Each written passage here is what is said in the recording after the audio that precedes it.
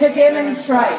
It's a sad day to actually have to have a rally for the right to protest, especially in the state of Victoria, where we had the famous Eureka Stockade that started the kick-off for democracy in this great state and this great country of ours. We stick together and we unite and we have a go what we're doing today. And we're not going to stop doing it because they propose to bring out these laws. There's enough law there already, in fact too much law already there to restrict our right to protest. They don't need these laws. This bill would significantly expand police powers to move people on, including in public protests.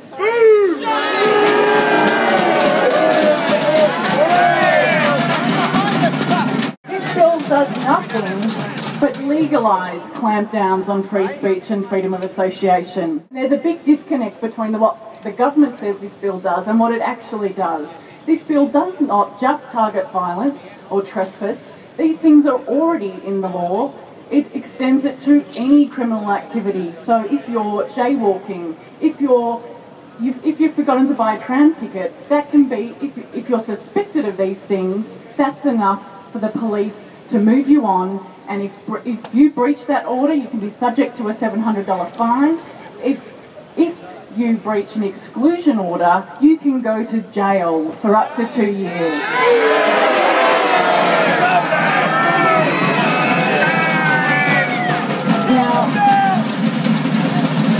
So I'm a human rights lawyer, so the UN's my God, and international human rights law says that any restrictions on free speech need to be necessary and proportionate. Our own Human Rights Charter in Victoria says that any restrictions on free speech need to be necessary and proportionate.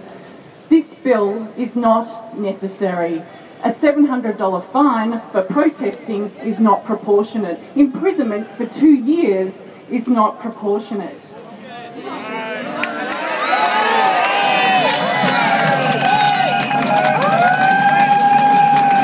There's no question that this bill impacts on fundamental human rights.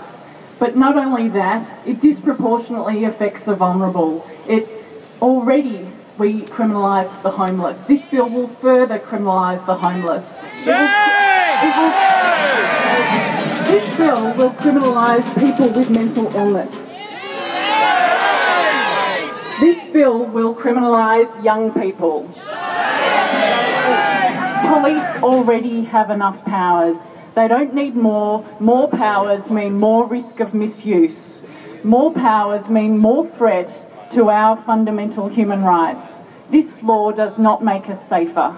This law undermines and erodes human rights. So everybody, I want you to face this way.